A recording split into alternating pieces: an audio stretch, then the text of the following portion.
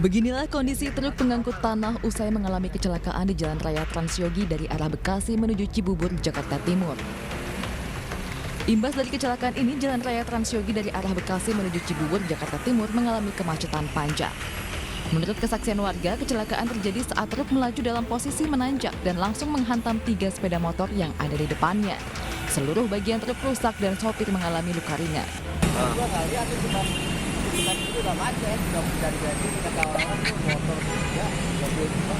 Motornya berapa, Pak? Ya. Tapi ada yang meninggal, Pak? Kalau yang meninggal nggak tahu, kayaknya dia ada tuh orang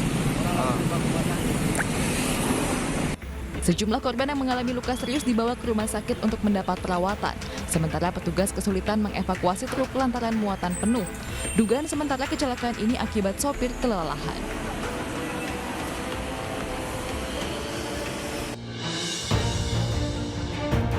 Selamat malam, apa kabar pemirsa? Kecelakaan truk yang menabrak 3 sepeda motor di Jalan Raya Transyogi, Jakarta tadi menjadi pembuka jumpa kita di iNews Prime. Kami juga akan membahas pro kontra penggunaan ganja medis, apakah realistis di Indonesia. Saya Abraham Silaban, Anda menyaksikan iNews Prime.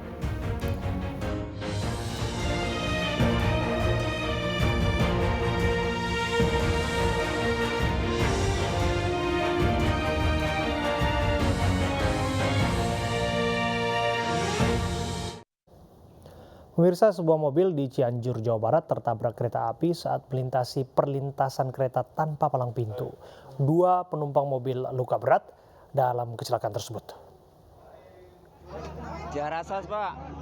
Ciharasas, Cibodas. Ya. Sebuah mobil ringsek tertabrak kereta api saat melintasi perlintasan tanpa palang pintu di Kampung Ciharasas, Desa Sirnagali, Kecamatan Cilaku, Cianjur, Jawa Barat. Mobil sempat terseret sejauh 300 meter dari titik awal kecelakaan hingga terpental ke sebelah kiri bahu rel kereta hingga ringsek. Bahkan kereta api sempat berhenti cukup lama. 1 dari 2 penumpang mobil menderita luka berat di kaki dan langsung dilarikan ke RSUD Cianjur untuk mendapat penanganan medis. Saya langsung meluncur ke sini, kemudian langsung ke TKP. Ternyata kendaraan itu sudah terseret kurang lebih 300 meter dari pinggir jalan. Kemudian saya cari informasi dari masyarakat bahwa untuk palang pintu, ya apakah mungkin masih simpang siur, tidak ada palang pintunya. Kemudian ada juga masyarakat yang menjelaskan sebagian bahwa pada saat kendaraan ini sebelum ketabrak itu ada kendaraan lain yang ada di depannya. Mobil putih, kemudian mungkin karena terhalang, ini tidak sempat lewat, kemudian ini langsung kereta datang tertabrak. Kecelakaan ini merupakan yang pertama kalinya sejak 1 tahun terakhir.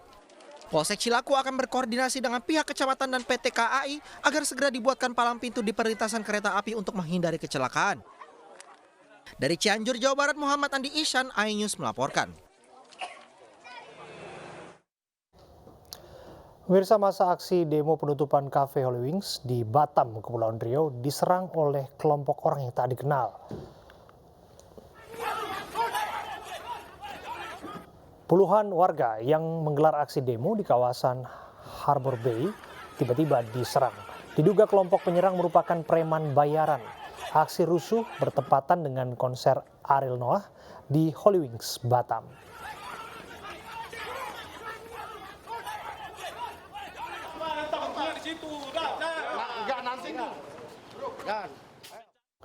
Pemirsa, protes masyarakat terhadap promosi minuman keras gratis kepada pelanggan yang bernama Muhammad dan Maria masih terus bergulir. Masa meminta pemerintah menutup semua gerai Holy Wings.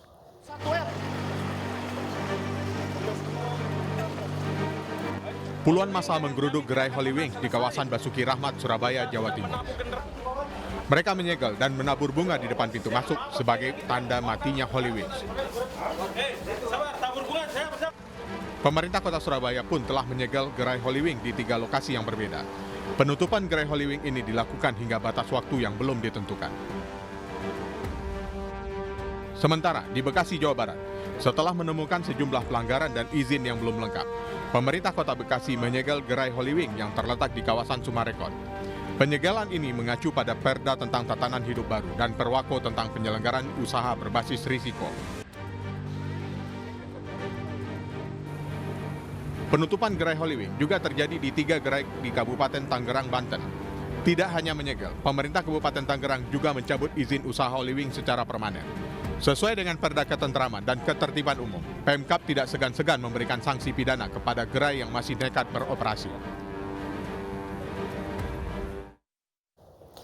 Sebuah kantor leasing kendaraan yang berada di ruas jalan Samratulangi, Manado, Sulawesi Utara diserang ratusan anggota Satpol PP. Keributan dipicu karena seorang anggota Satpol PP meninggal setelah cekcok dengan debt collector yang mengambil sepeda motor rekannya.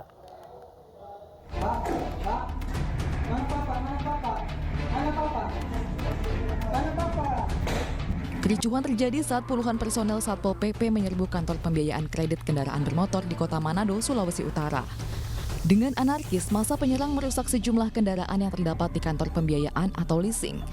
Massa juga menganiaya petugas pengamanan dan petugas administrasi kantor leasing. Peristiwa penyerangan ini diduga dipicu perselisihan antara seorang anggota Satpol PP yang meninggal dunia setelah dirinya mencoba melerai cekcok antara debt collector yang mengambil sepeda motor rekan mereka di pusat Kota Manado. Aparat kepolisian langsung mengamankan lokasi dan memasang garis polisi. Sesuai dengan laporan ini ada tindak pidana yaitu penganiayaan dan juga ada beberapa motor yang dirusak.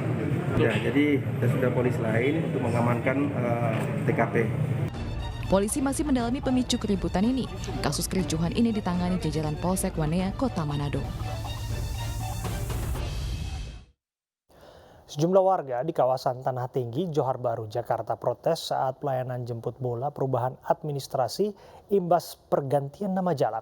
Selain dinilai merepotkan, mereka juga kecewa karena tidak pernah dilibatkan dalam perumusan nama jalan. Cuma kita punya ini sistemnya kita mau diganti, Pak. Kita mau ganti bukan nyamot. Kalau ada apa-apa di kalangan tutup, Pak. Layanan jemput bola perubahan administrasi diwarnai protes sejumlah warga. Mereka menyayangkan pergantian nama jalan yang dilakukan Pemprov DKI di kawasan Tanah Tinggi, Johar Baru, Jakarta Pusat. Mereka menilai pergantian nama merepotkan karena harus mengubah data dalam dokumen-dokumen kependudukan.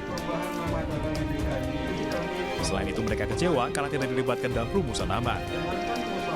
Saya mewakili warga, kami menolak pergantian nama jalan ini dengan keras tanpa alasan apapun, dan setahu kami kenapa yang harus dipilih jalan yang kami, sedangkan nama jalan tersebut Hamid Arif bukan warga kami dan tidak pernah berdomisili di daerah kami. Himbauannya kita tidak perlu khawatir karena layanan sudah terintegrasi. Mudah-mudahan saja perubahan nama jalan sebagai salah satu bentuk apresiasi kepada tokoh-tokoh di Jakarta Pusat yang telah membawa nama baik di tingkat nasional bahkan internasional, maka diapresiasi dengan nama jalan. Nah, perubahan nama jalan pun nanti sudah terintegrasi dengan data kependudukan secara otomatis, kemudian data pelayanan lainnya. Layanan jemput bola juga digelar di Kelurahan Rawabuaya, Cengkareng, Jakarta Barat. 42 kepala keluarga mengantri untuk mengurus pergantian KTP, KK, dan KIA. Sebelumnya, warga tinggal di Jalan Raya Rawabuaya. Namun kini nama jalan telah diganti menjadi Jalan Kulu Makmun. Kita beralih ke informasi lainnya. Pemirsa, Presiden Joko Widodo meninjau apartemen dan rumah sakit di Kiev, Ukraina, serta menemui Presiden Ukraina Volodymyr Zelensky.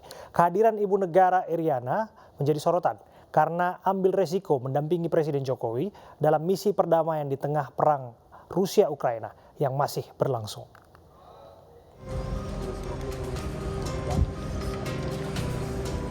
Mengawali agendanya di Ukraina, Presiden Joko Widodo dan Ibu Iryana meninjau kompleks apartemen Lipki di kota Irpin, Ukraina Rabu pagi.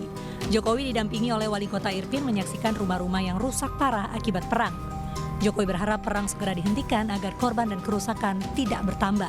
Sangat menyedihkan sekali, banyak rumah-rumah yang rusak, kemudian juga infrastruktur yang rusak. Dan kita harapkan tidak ada lagi kota-kota yang rusak di Ukraina akibat perang. Usai meninjau apartemen Lipki di kota Irpin, Presiden Jokowi dan Ibu Iriana mengunjungi rumah sakit di pusat kota Kiev. Ibu Iriana secara simbolis menyerahkan bantuan kemanusiaan berupa obat-obatan kepada Pusat Ilmiah dan Bedah Endokrin. Selain bantuan kemanusiaan ke rumah sakit, pemerintah Indonesia juga memberikan bantuan ke Palang Merah Ukraina dan komitmen rekonstruksi rumah sakit yang rusak akibat perang. Hadirnya ibu negara menjadi sorotan karena ambil risiko mendampingi Presiden Jokowi dalam misi perdamaian di tengah perang Rusia-Ukraina yang masih berlangsung. Usai dari rumah sakit, Presiden Jokowi tiba di Istana Mariinsky Kiev. Disambut Presiden Ukraina Volodymyr Zelensky Rabu sore pukul 3 waktu setempat.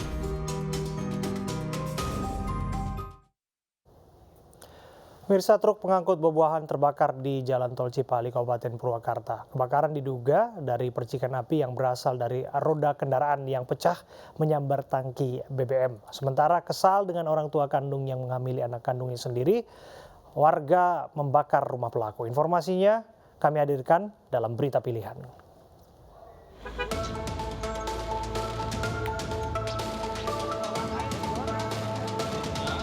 Kebakaran menimpa truk pengangkut buah di kilometer 81 Tol Cipali, Kabupaten Purwakarta. Api dengan cepat membesar dan melalap badan truk dan muatannya yang berisi buah naga dan jeruk. Kebakaran diduga berasal dari roda kendaraan yang pecah hingga memercikan api dan menyambar tangki BBM. Tak ada korban jiwa dalam peristiwa ini, sementara truk diamankan di pos Derek Tol Cipali Subang.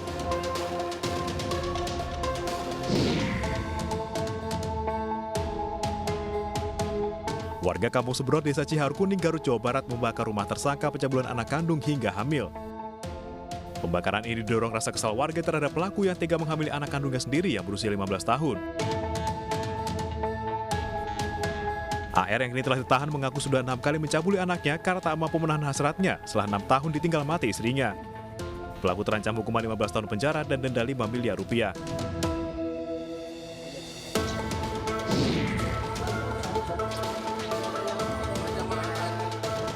Petugas pengantar rombongan jemaah haji asal Majalengka, Jawa Barat mengeroyok sopir box dan memaksanya keluar dari kendaraan. Petugas dan kru bus emosi lantaran mobil box menghalangi jalan rombongan jemaah calon haji di Jalan Raya Jati Pabor, Majalengka, Jawa Barat. Salah satu saksi menuturkan kondisi kendaraan box tidak ada pilihan ambil kanan karena di bagian kiri ada sepeda motor. Satlantas Polres Majalengka turun tangan menangani kasus ini.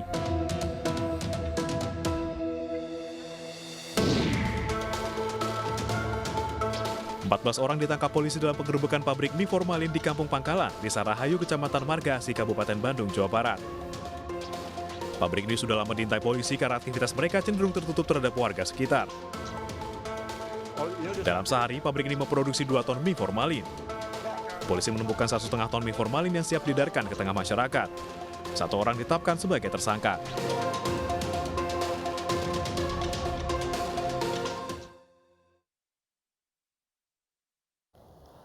Seruan penggunaan ganja medis semakin nyaring menggema. Mungkinkah ganja medis menjadi realistis? Informasinya saat lagi untuk Anda.